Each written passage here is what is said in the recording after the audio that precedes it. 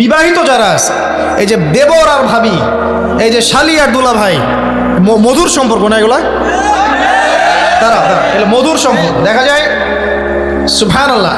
এই যে আমার এখানে ফোন আছে না, আমাদের অফিসিয়াল পেজ আছে, অফিসিয়াল পেজে যত প্রশ্ন আসে দেখি ম্যাক্সিমাম জেনা কেন্দ্রিক, ব্যভিচার কেন্দ্রিক, পরকীয়া কেন্দ্রিক। একজন প্রশ্ন করেছে যে দুলা ভাইয়ের চরিত্র এত খারাপ ছিল, আর ওই মেয়ের বয়স তখন কম ছিল, 13 বছর বয়স। 13 বছর বয়সের মেয়ের দিকে সে চোখ দিয়েছে। যাকে বিয়ে করেছে তার সাথে তো সম্পর্ক আছেই। এটা কে? আচ্ছা, যাকে বিয়ে করেছে ওর সাথে তো সম্পর্ক আছেই। তারপরে আপনার শালির সাথে সম্পর্ক। এখন শালির সাথে তার 2 বছর ধরে সম্পর্ক করার পর সেগুলোর ভিডিও ধারণ করেছে, ধারণ করে তাকে ব্ল্যাকমেইল করছে যে যদি আমার সাথে খারাপ কাজে সে রাজি না হয় তাহলে এই ভিডিওগুলো ভাইরাল করে ফেলবে। এই যে অনলাইনের যুগ, এখন তো মানুষ নিশ্চিন্তে মানুষ যে একটা প্রাইভেট লাইফ লিড করবে সেটাও করতে পারে না। প্রাইভেট লাইফের সব কিছু রেকর্ডেড হয়ে যায়, হয় না? তো এটা একটা ফিতনা, মহা ফিতনা। এখন সে রেকর্ড করেছে, এইভাবে ব্ল্যাকমেইল করে এই শালীর সতীত্ব নষ্ট করলো। 1 বছর 2 বছর না, 3 বছর ধরে। এখন এই মেয়ে প্রশ্ন করছে পেজের মধ্যে যে এখন তার মানসিক অবস্থা এতই খারাপ, সে জিজ্ঞাসা করছে আমি যদি আত্মহত্যা করি তাহলে আমার পাপ হবে কিনা। এই মেয়েটা যদি আপনার বোন হতো কি করতেন আপনি? আল্লাহ না করুক এই মেয়ে যদি কারো মেয়ে হতো তাহলে কি করতেন আপনি? আপনার কাছের কেউ হলে আপনি কি করতেন? এখানে ওই শাস্তিটা না বলে সামনে যেতে পারছি না। শোনেন, যারা বিবাহিত ব্যক্তি হওয়ার পরেও পরকীয়া করেছেন, বিবাহ করার পরেও পরকীয়ার পাপে লিপ্ত ছিলেন বা এখনো আছেন, জেনে হোক না জেনে হোক করেছেন, অথবা এটা জেনে করেছেন যে এটা একটা খারাপ কাজ তারপরেও করেছেন, রাসূলুল্লাহ সাল্লাল্লাহু আলাইহি ওয়াসাল্লামের হাদিস এবং আল্লাহ পাকের কালাম অনুযায়ী তাদের শাস্তি হচ্ছে কোমর পর্যন্ত মাটিতে পুঁতে ফেলে পাথর নিক্ষেপ করে রজম করে হত্যা করা। ইসলামিক যদি কোনো রাষ্ট্র থাকতো বা এটা যদি হতো, বা এটা যদি ইমামুল মাহদির যুগ হতো বা ওমর রাদিয়াল্লাহু আনহুর যুগ হতো, তাহলে এই শাস্তির বাইরে আপনি চলতে পারতেন না যদি এটা প্রমাণ হতো। এই শাস্তি যদি দুনিয়াতে কার্যকর নাও হয়, আপনি যদি তওবা না করে মারা যান তাহলে কিয়ামতের মাঠে এই শাস্তি আপনি ভোগ করবেন। খুব মজা লাগছে পরকীয়া করতে? সকালে একটার সাথে, দুপুরে একটার সাথে, আজকে একজনের সাথে রাত কাটান, কালকে আরেকজনের সাথে রাত কাটান, খুব মজা পাচ্ছেন। রাত্রেবেলা মদ খান আর হোটেলে রাত কাটান, সকালবেলা আবার অফিসে যান। আমাদের শহরের এগুলা কালচার কোত্থেকে আসলো? এই শহরকে পবিত্র করবে কে এবং এই শহরের আসল রূপগুলো স্পষ্ট করবে কারা? খুব মজা পাচ্ছেন এগুলোতে। সুবহানাল্লাহ। একটা বিষয় বুঝাই, ইসলামে কেসাস আছে, কেসাস। মনে করেন আমাকে কেউ হত্যা করেছে, আপনি তাকে হত্যা করতে পারবেন। মনে করেন আপনি কাউকে হত্যা করেছেন, ঠিক আমাদের লজের মতো কেউ যদি কাউকে হত্যা করে তাকে ফাঁসি দেওয়া হয় না, এরকমই কেউ যদি কাউকে হত্যা করে ইসলামের বিধান কেসাস করা, মানে হাতের বদলে হাত, চোখের বদলে চোখ, কানের বদলে কান, নাকের বদলে নাক, জানের বদলে জান, যদি প্রমাণ হয়। কিন্তু এখানেও হত্যাকারীর বাঁচার সুযোগ আছে। কিরকম? মনে করেন আপনি আমার পরিবারের কাউকে হত্যা করেছেন, আল্লাহ না করুক, এখন আপনি এসে আমাকে ক্ষমা চাচ্ছেন যে আমার ভুল হয়ে গেছে, আমি রক্তপণ দিব, আমাকে মাফ করে দেন। এখন আমাদের পরিবারকে আপনাকে বললো ঠিক আছে আপনাকে মাফ করে দিলাম, আপনার কেসাস করার দরকার নেই, আপনি রক্তপণ দিয়ে দেন, তাহলে আপনি বেঁচে থাকার সুযোগ পেলেন। কথা বুঝতে পারছেন? আরেকটা হচ্ছে মুরতাদ। মনে করেন কেউ ইসলামের কিছু বিষয়কে অস্বীকার করেছে, তাকে জেলখানায় বন্দি করে রাখা হবে, সুযোগ দেওয়া হবে যে আপনি কি এগুলো জেনে শুনে বলেছেন নাকি এর উপর অটল থাকবেন না ফিরে আসবেন। সে যদি বলে না আমি তওবা করলাম, আমি এগুলো থেকে ফিরে আসলাম, ও বেঁচে থাকার অধিকার পেয়ে গেল। কিন্তু বিবাহিত ব্যক্তি যারা ব্যভিচার করেছে, বিবাহিত ছেলে বা মেয়ে ব্যভিচার করেছে, তওবা করে যদি ফিরেও আসে, রজমের শাস্তি থেকে বাঁচার কোনো সুযোগ নেই। বুঝাতে পারছি না? একজন মহিলার কথা বলি তাহলে বুঝতে পারবেন। এটা একজন মহিলা সাহাবীর ক্ষেত্রেও হয়েছে, একজন পুরুষ সাহাবীর ক্ষেত্রেও হয়েছে। আচ্ছা, পুরুষ সাহাবীর কথা বাদ দিয়ে মহিলা সাহাবীর কথাটা বলি। মহিলা সাহাবী এসেছেন, এসে নবীজিকে বলছেন ইয়া রাসূলুল্লাহ তাহিরনি, আমাকে পবিত্র করুন, আমি একটা অন্যায় করেছি, আমি বিশাল একটা অন্যায় করেছি। নবী সাল্লাল্লাহু আলাইহি ওয়াসাল্লাম বলছে কি করেছো তুমি? তখন সে বলছে আমি জিনা করেছি। নবী সাল্লাল্লাহু আলাইহি ওয়াসাল্লাম বলছেন বাসায় যাও, বাসায় গিয়ে আল্লাহর কাছে তওবা করো, আল্লাহ পাক মাফ করে দিবেন। নবীজি এটাকে হাইড করতে চাচ্ছেন। কারণ কি, যখন আপনি কেস আদালতে নিয়ে যাবেন তখন তো উপায় নাই, আপনাকে তো বিচার করতেই হবে। তুমি বাসায় ফিরে যাও, তওবা করো, আল্লাহ মাফ করে দিবেন। সে মহিলা নাছোড়বান্দা, না আমার বিচার করে দেন, আমার বিচার করে দেন, পরকালে আমি শাস্তি পেতে চাই না, দুনিয়াতে আমার বিচার করে দেন। নবী সাল্লাল্লাহু আলাইহি ওয়াসাল্লাম বলছে, তুমি কি গর্ভবতী হয়েছো?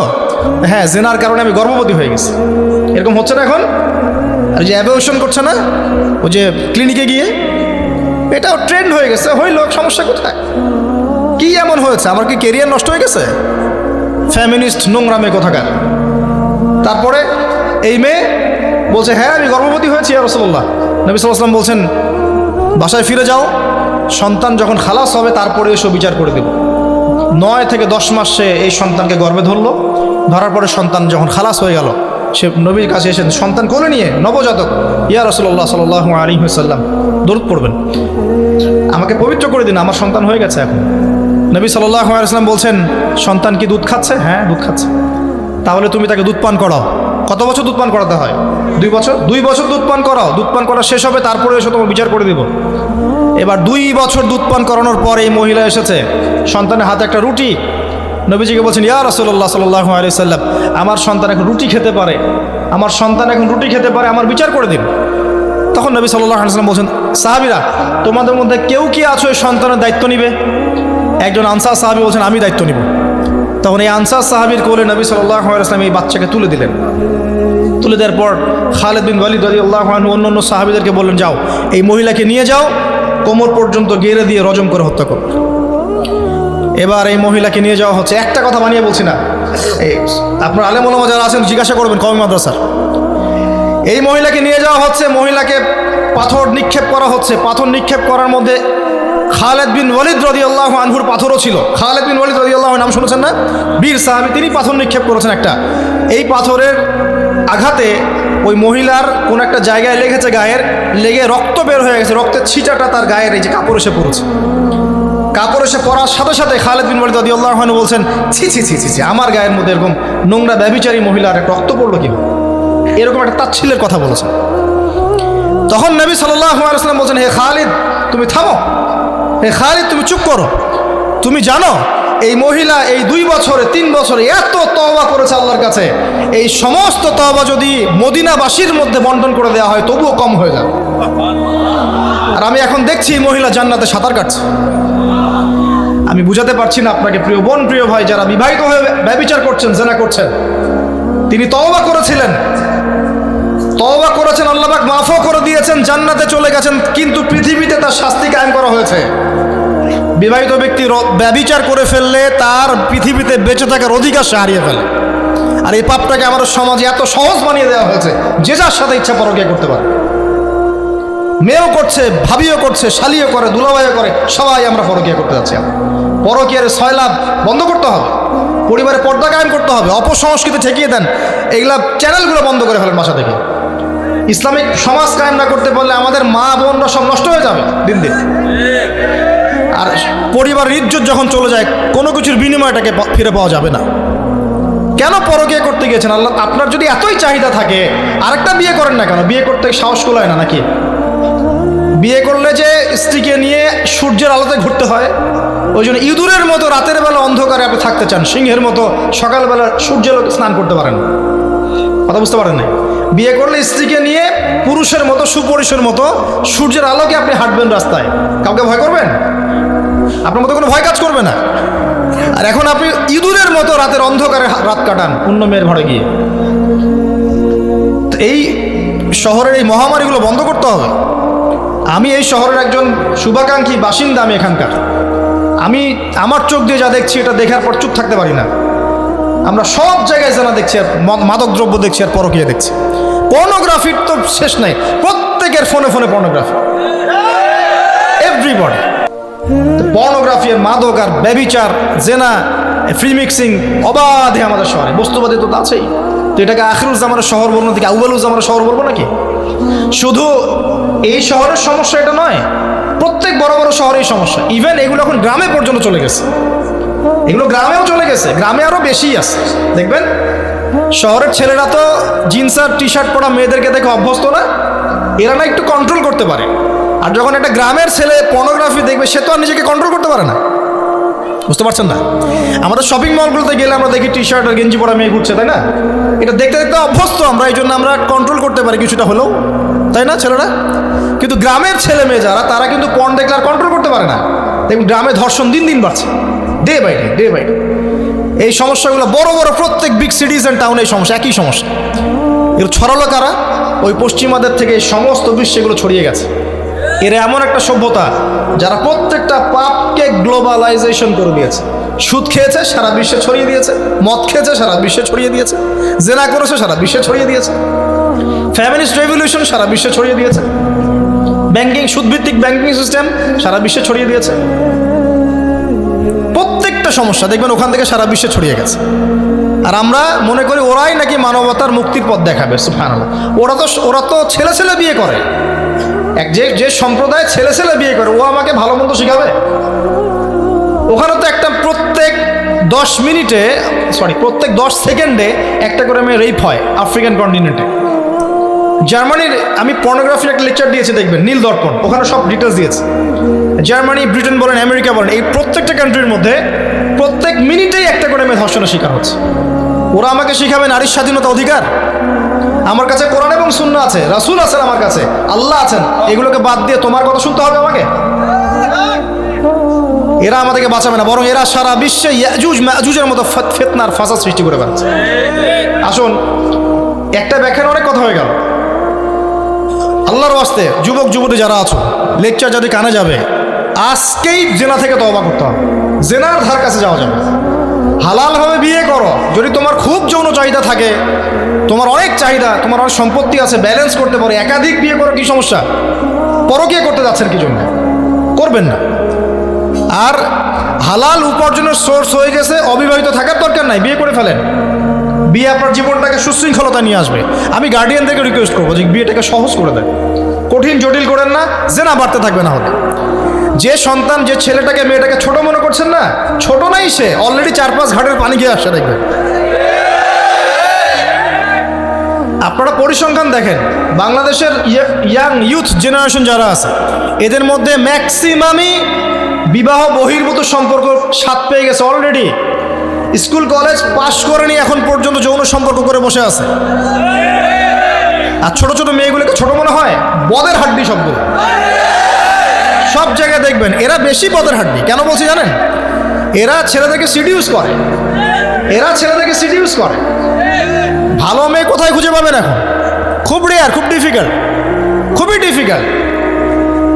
এমনকি আর ভিতরে কথা বলতে গেলাম না, আমার ফ্যামিলির, আমাদের স্ত্রীরা তো মাদ্রাসায় পড়েছে, পড়ে নাই? ভিতরে কথা বলতে গেলাম না, মাদ্রাসায় পড়া মেয়ে কেমন করে এগুলা কাজ করতে পারে? অতএব বিয়েটাকে সহজ করেন, জেনাটাকে বন্ধ করেন, পরকীয়ার রাস্তা বন্ধ করেন।